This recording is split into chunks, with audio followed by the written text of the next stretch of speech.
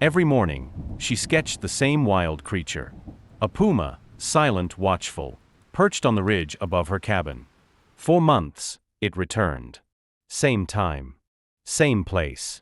Then one day, it vanished. No trace. No sound. Just the wind through the pine trees. Until the storm came. And with it, something impossible. A bleeding pawprint outside her door. Golden eyes in the dark. And a decision that would risk everything. What happened next isn't just about survival. It's about a bond between human and beast. And how it changed them both forever. Sometimes what watches you from the trees isn't a threat, it's a mirror. First light, first glimpse. The first time Elena Rios saw the puma, she dropped her pencil. It was early autumn in Bishop, California. Her cabin sat on a sloping hill that opened into endless pine ridges stretching toward the Sierra Nevada peaks. The mornings came cold and quiet, the light slow to spread. She liked it that way. It gave her time. Every dawn, Elena would sit on her porch with a sketchpad and a mug of black coffee, wrapped in a wool shawl that once belonged to her abuela. It was her ritual, a way to calm the thoughts that still sometimes rattled in her chest. But that morning was different. Out on the ridge, maybe 200 feet up, stood a shape too still to be part of the forest. Its coat caught the amber light just enough to gleam, a smoky golden hue, dark around the ears, tail, and paws. A mountain lion. Muscular. Regal. Silent. Her first instinct was fear. She'd grown up in LA, and though she'd moved to the mountains to escape the noise, she hadn't expected predators watching her with eyes that didn't blink. But the big cat didn't move. Didn't growl. Didn't pounce. Just stared. And in that moment, something strange and unspoken passed between them. Elena slowly reached for her sketchpad. The lines came quickly, curved shoulders, long limbs, the slope of the tail. She sketched for as long as he let her. When she looked up again, he was gone. The next morning, he returned. Same ridge. Same time. And so did she. For 27 mornings in a row, they repeated the ritual. He on the ridge. She on the porch. A silent observer and his artist. She named him Ash, for the soft smoky undertone in his fur. Elena began logging their encounters like clockwork. Her journal filled with notes, paw lifted today, ears alert, clouds low, he didn't appear. Ash became her meditation, her muse, and in some strange way, her anchor. Until the 38th morning. The sun broke over the pines like usual, the light golden and warm on her hands. But Ash wasn't there. She waited. 10 minutes. 20. An hour. Nothing. The ridge felt empty in a way that rattled her. She paced.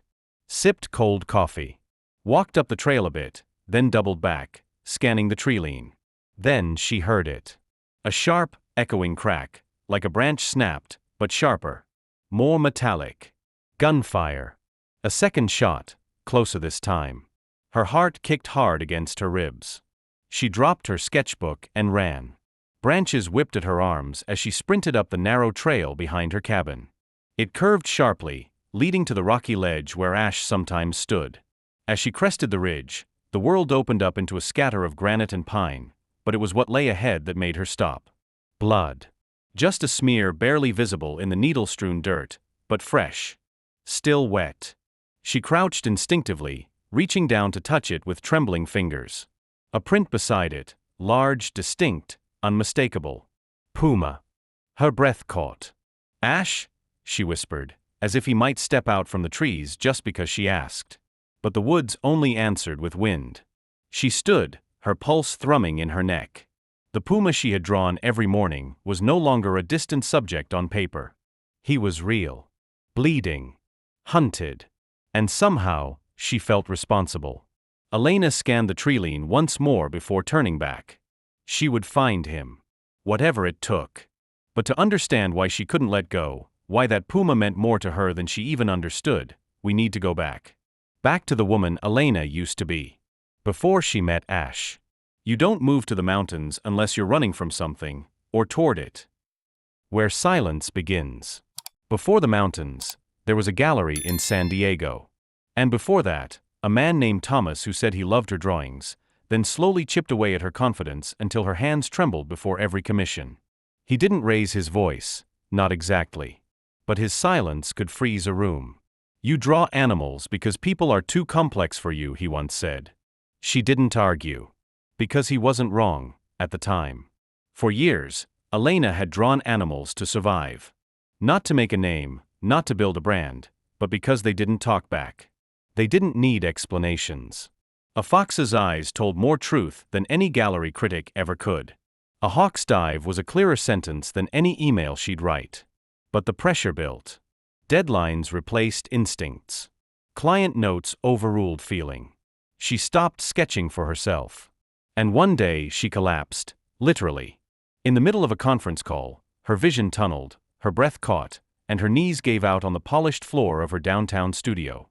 Doctors called it anxiety. Her mother called it a breakdown.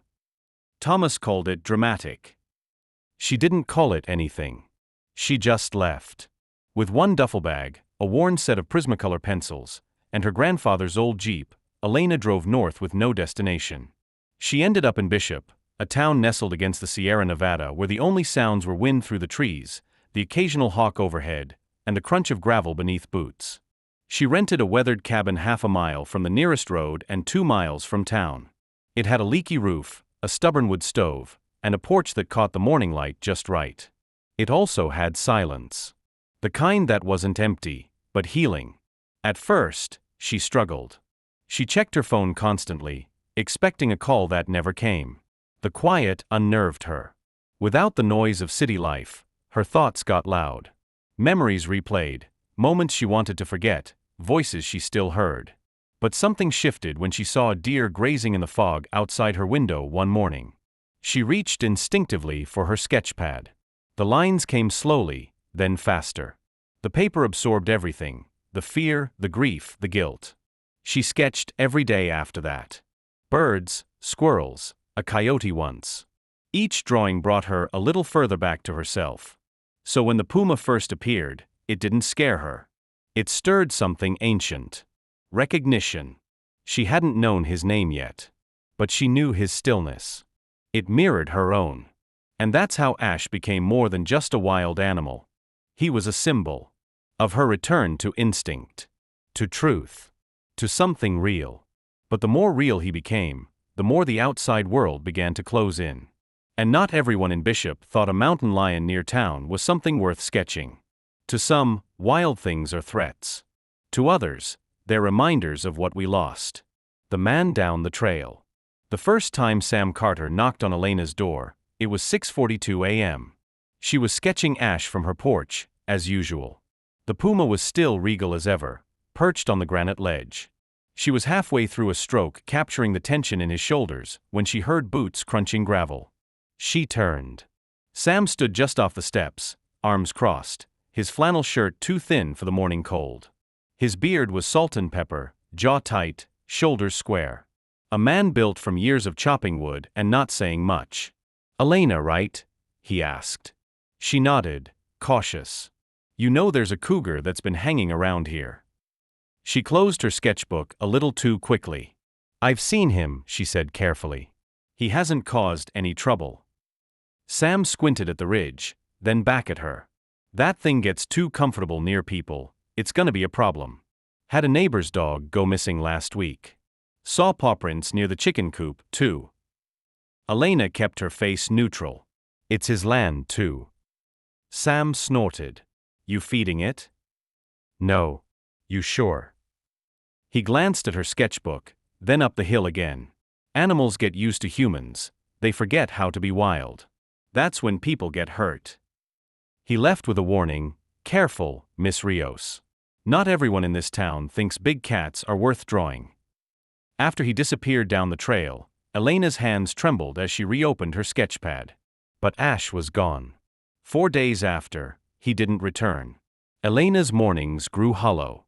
She still sat outside with her coffee, still opened her sketchbook, but the page remained blank. The silence felt heavier now. Accusing. The absence made her realize how deeply that quiet companionship had grounded her. In town, things shifted too. At the co-op, she caught whispers from behind bags of flour. That artist up by Pine Ridge. Keeps to herself. Heard she's keeping a mountain lion as a pet. One day at the feed store, she saw Sam again. He didn't say a word. Just gave her a look that said everything. She tried to let it go. To mind her business. But it wasn't that easy. 2 weeks after their encounter, she was walking the trail behind her cabin when she found the carcass of a jackrabbit.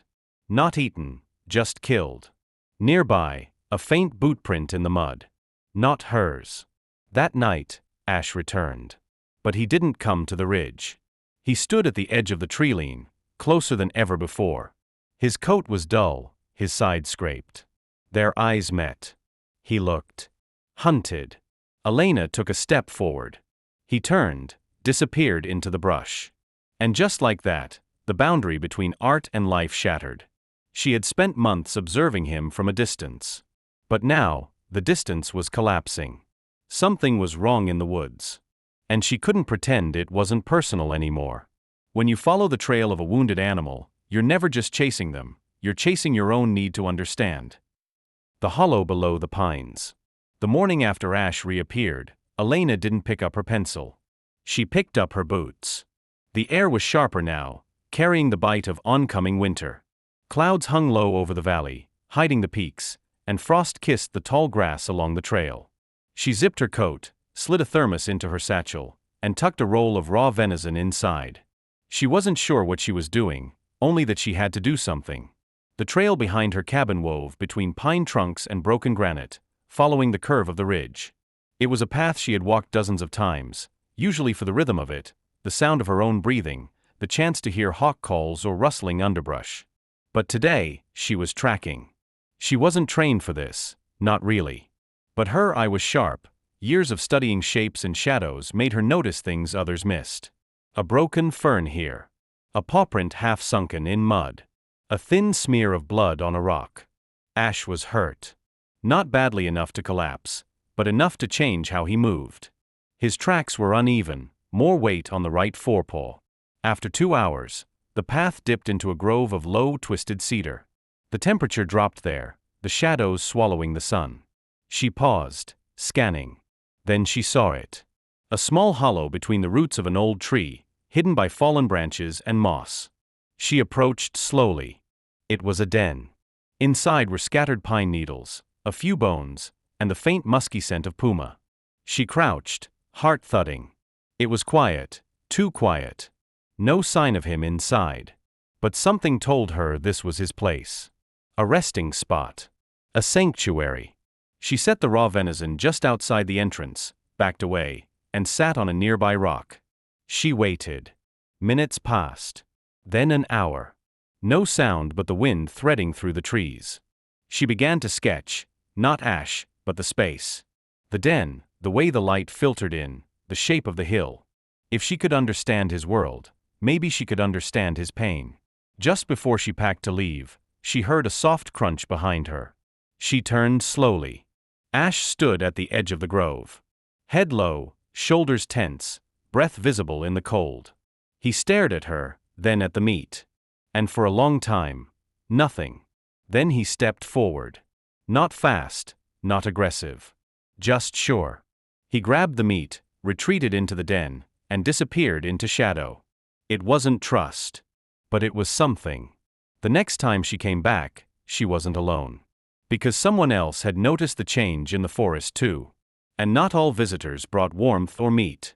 Sometimes the danger isn't the predator, it's the people who don't understand it. Shadows in the pines. Elena returned to the grove the next morning, thermos in hand, a fresh cut of venison wrapped in waxed cloth. Her breath fogged the air as she stepped carefully between the trees, her eyes scanning for pawprints. Ash hadn't touched the first offering until she left, but by dawn, it was gone. She hoped that meant he was still alive. Still nearby. When she reached the den, she placed the food where she had before. She didn't speak. Just waited again, quietly, respectfully, as though entering a cathedral. Minutes passed. Then came a rustle deeper in the grove. But it wasn't the low, padded steps of Ash. It was a crunch. Sharp. Heavy. Boots. Hello. The voice came low, gravelly, from the trees. Elena stood quickly, her heart thumping. Sam Carter stepped out from behind a cedar, rifle slung casually over his shoulder. His expression was unreadable, but his eyes flicked to the raw meat, then the den. "Well, damn," he muttered. "You really are feeding it." She stiffened. "He's injured." Sam shook his head.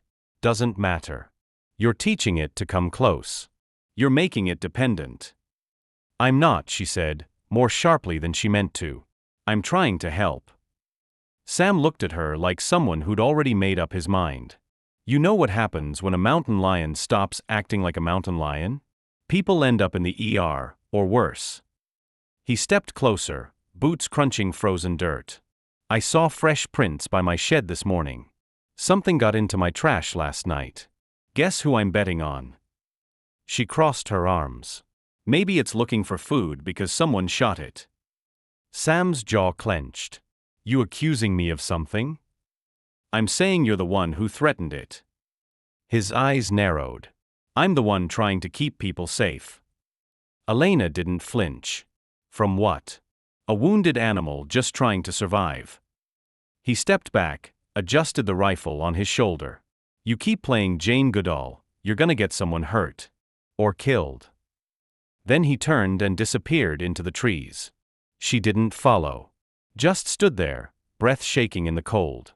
Later, as she sat on the porch of her cabin, sketchbook open but untouched, she couldn't stop replaying Sam's voice. Someone was drawing closer, not just to Ash, but to her. The town was small. Rumors grew quickly. What if someone decided to take care of the problem before fish wildlife even got involved? She looked toward the ridge again, toward the forest where Ash had once watched her so patiently. Now it was her turn to watch over him. Because things were changing. The cold was coming harder. The lines between wild and human were blurring. And the storm hadn't even arrived yet. What neither of them knew was that the real test, the one that would bind them forever, was only a few hours away. All it needed was thunder. And a door left unlocked. Sometimes it's not the wild that threatens to swallow you, it's the world turning against itself. When the sky split open. The sky turned dark by noon. Heavy clouds muscled over the Sierra Nevada peaks, casting a strange yellow light across the valley. The birds had gone silent. Even the wind seemed to wait. Elena stood at her kitchen sink, staring out the window toward the tree line. She could feel it in her chest, a kind of pressure, like something was bearing down from above. The radio crackled on the shelf. Severe weather alert issued for Inyo County. Flash flood warnings in effect. Avoid low ground. Stay indoors. She switched it off and moved quickly, gathering candles, extra wood for the stove, a flashlight. Her cabin had weathered storms before, but this one felt different, meaner, heavier. By late afternoon, the first drops pelted the tin roof like bullets. The wind howled, loud enough to rattle the windows. Rain slammed sideways against the porch, soaking the worn mat where Ash used to sit. Lightning cracked the sky in violent forks. The power cut out. The fridge hummed to silence. She lit a candle, its small glow trembling in the gloom. The temperature dropped fast. She pulled the shawl tighter around her shoulders, more out of nerves than cold. Then came the sound that made her blood go cold. A sharp crack, wood snapping. Then a deafening crash. The cabin shuddered. She ran to the back room. A pine tree, torn from the soaked earth, had slammed into the roof, punching a hole just above her workbench. Rain poured in, soaking the floor. Wind howled through the gash like a scream. Heart-pounding, Elena stuffed towels beneath the break, tried to wedge a tarp over the hole, but it was no use. The storm was inside now. She gave up, backed into the living room, and slumped beside the wood stove, hugging her knees. For a long while, she just listened. To the storm. To her heartbeat. To the strange creaking of a world pushed past its limits. And then. A sound not from the sky. A heavy thud, on the porch. She froze. Another. Not wind. Not debris. Footsteps. She grabbed the flashlight, aimed it at the door, and there he was. Ash. Soaked. Shivering. His amber eyes glowing faintly in the beam. His left side was matted with blood and mud. His right leg dragged slightly. But what stunned her most was not his injury, it was that he had come to her. Not the ridge. Not the trees. Her. He took one step forward, then stopped. Trembling. She moved slowly, unlocked the door. The wind screamed around them as they stared at each other, two beings caught between instinct and trust. She opened the door wider. "Come in," she whispered. He limped forward. Not fast. Not fearful. Just sure. And as the storm raged outside, the real wild began inside, where one wounded creature placed his life in the hands of another. Sometimes, opening your door means opening your entire world.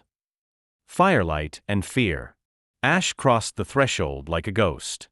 Water pooled beneath him as he stepped onto the wooden floor, his body shivering, ribs rising and falling in ragged rhythm.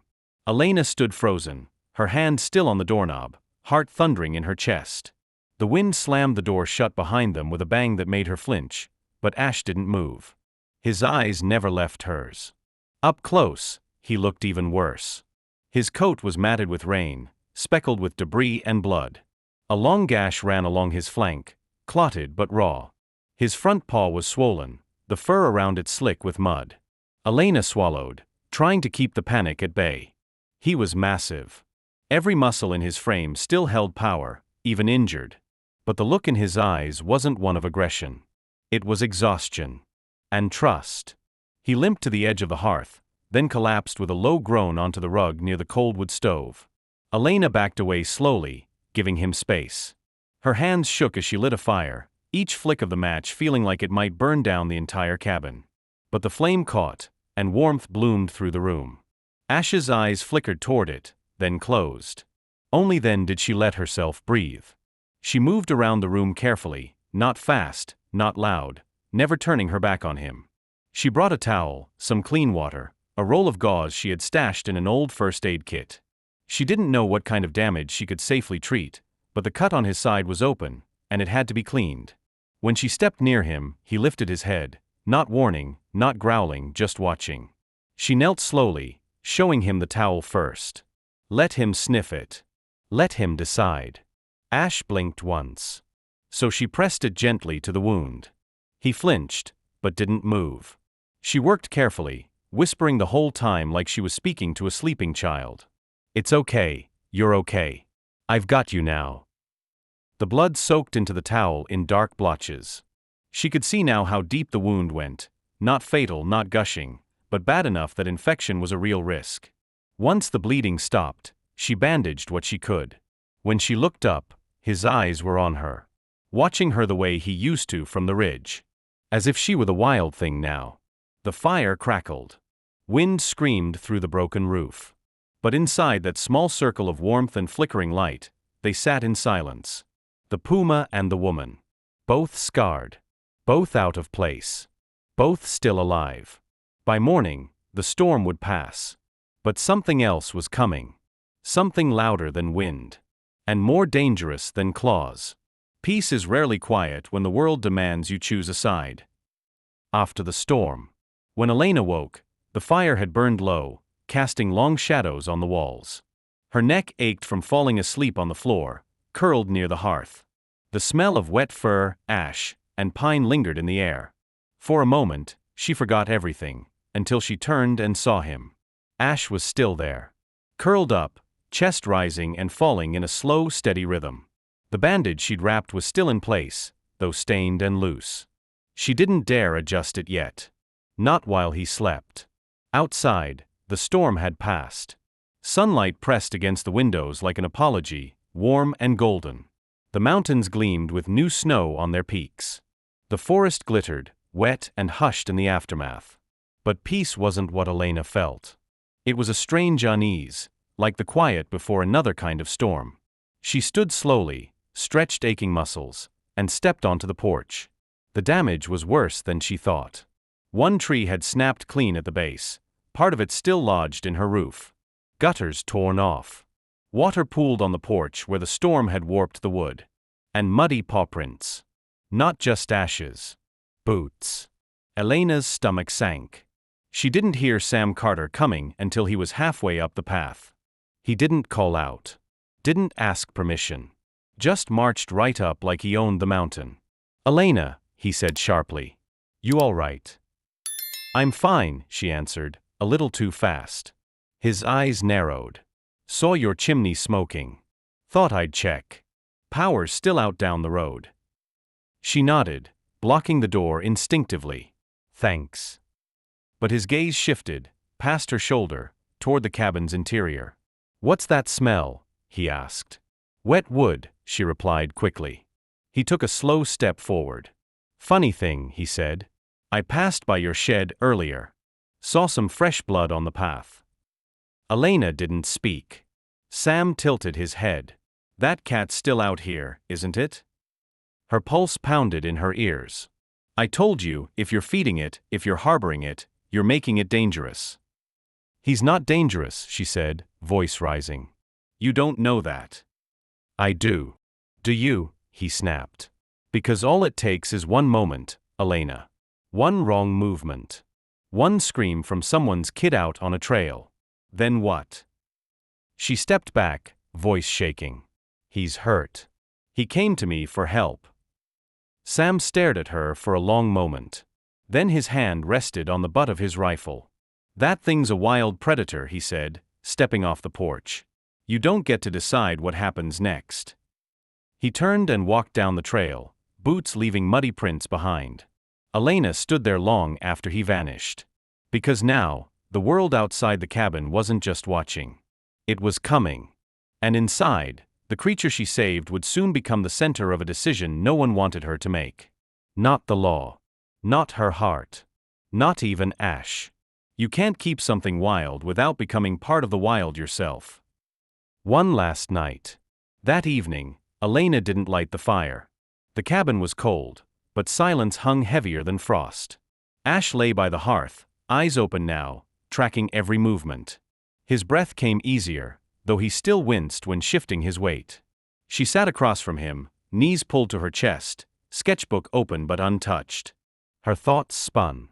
She'd always believed nature and humans could coexist, through respect, distance, reverence. But this? Letting a puma sleep inside her home? It felt like she'd crossed some sacred line. And yet, wasn't he the one who crossed it first? He trusted her. And now, that trust made them both targets. If Sam reported what he saw, or even suspected, fish wildlife could arrive with tranquilizers, or worse. Ash wouldn't understand. He would run. And if he ran injured, confused, cornered, someone would get hurt. She couldn't let that happen. "You can't stay here," she whispered into the stillness. "Not forever." Ash blinked, unbothered. He didn't need to understand her words. Her voice was enough. She stood, crossed the room, and gently unlatched the back door. The cold rushed in like a ghost. "Tomorrow we go back," she said softly. "To the edge of the woods." Ash didn't react. But she swore she saw something in his eyes, something close to understanding. That night, she didn't sleep.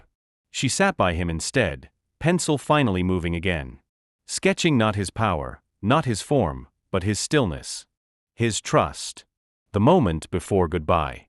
Because in the morning, the wild would call him back. And she would have to answer. Even if it broke her heart. Letting go isn't weakness, it's the highest form of love. Where the trail ends.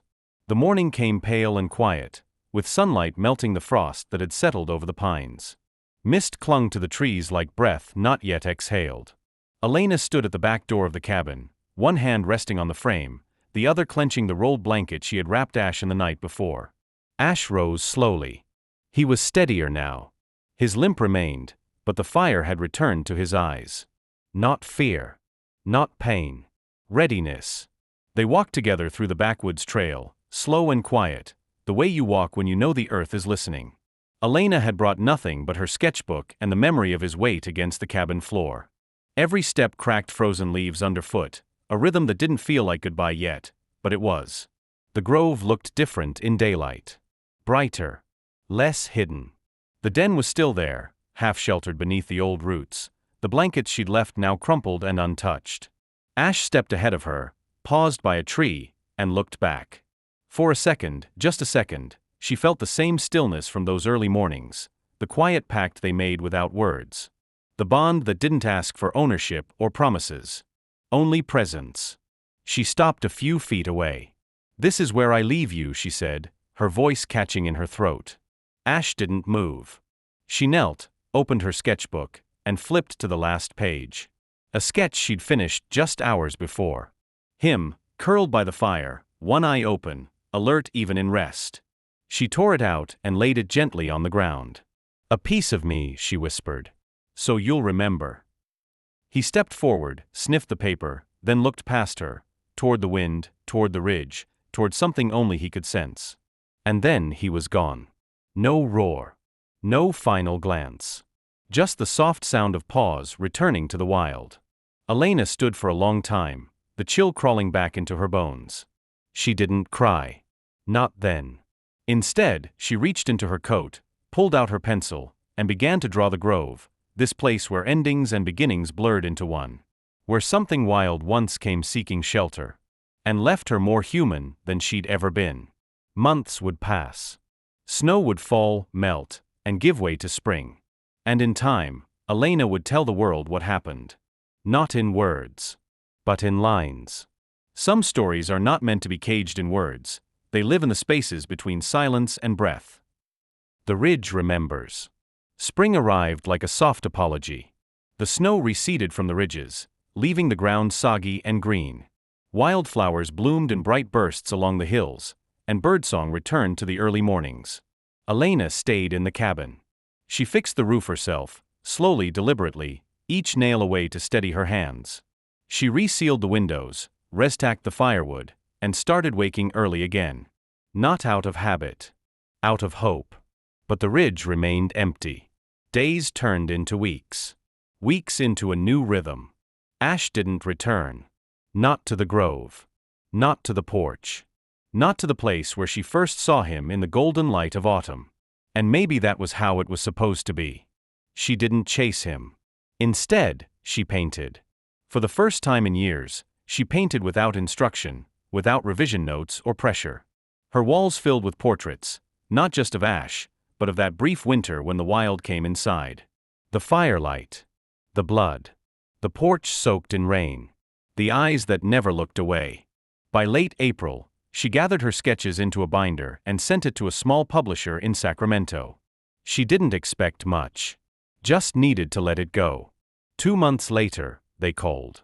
They wanted to publish the collection under one title, Ash, The Mountain Between Us. She said yes with a voice that barely worked. The book released quietly, but something in it resonated. People wrote her, strangers who'd lost pets, who'd run from trauma, who'd watched the wild and felt seen for the first time. Ranger McAllister even stopped by with a signed copy, his weathered hands holding it like something sacred. "You told it the right way," he said. "You didn't turn him into a myth. Just a creature. Like us." Elena smiled. But the truth was, she hadn't told everything. Not yet. Until the morning the ridge changed. It was nearly summer. The air was warm before sunrise, the breeze carrying pine and dust. She stepped onto the porch with her coffee, just like she used to, and froze. Up on the ridge, bathed in the first light of dawn, stood a shape. Tall. Still. Familiar. Her breath caught. Ash. His coat gleamed gold once more, leaner, stronger. He stood proud on the ledge like a monarch returned to his throne. But this time, he wasn't alone. Beside him, barely visible, moved a smaller form, light-colored fur, awkward legs, eyes wide with the wonder of the world. A cub. Elena's heart cracked open. She didn't move. Didn't blink. Just watched as Ash turned his head slightly toward her cabin. Not a goodbye. Not a plea. Just a quiet acknowledgement. Then, with the grace of something born to vanish, he turned and led the cub back into the trees. Gone again. But not lost. Never lost. Elena sat down slowly, pulled out her sketchbook, and began to draw. A new page. A new story. Not of endings, but of beginnings. End.